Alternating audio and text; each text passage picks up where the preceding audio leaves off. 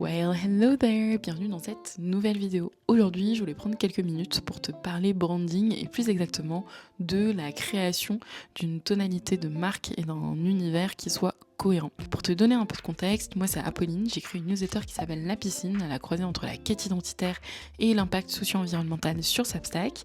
Et justement, au moment de me pencher sur la création de tout l'univers qu'il pouvait y avoir autour de cette fameuse piscine, j'ai décidé de partir sur un univers aquatique slash chloré et pour pouvoir faire en sorte de toujours garder une certaine cohérence entre les termes que je vais utiliser, je me suis dit que j'allais créer une sorte de vocable à la fois impersonnel et un public pour les personnes qui débarqueraient et auraient besoin d'une sorte de carte pour apprendre à bien naviguer dans cet univers.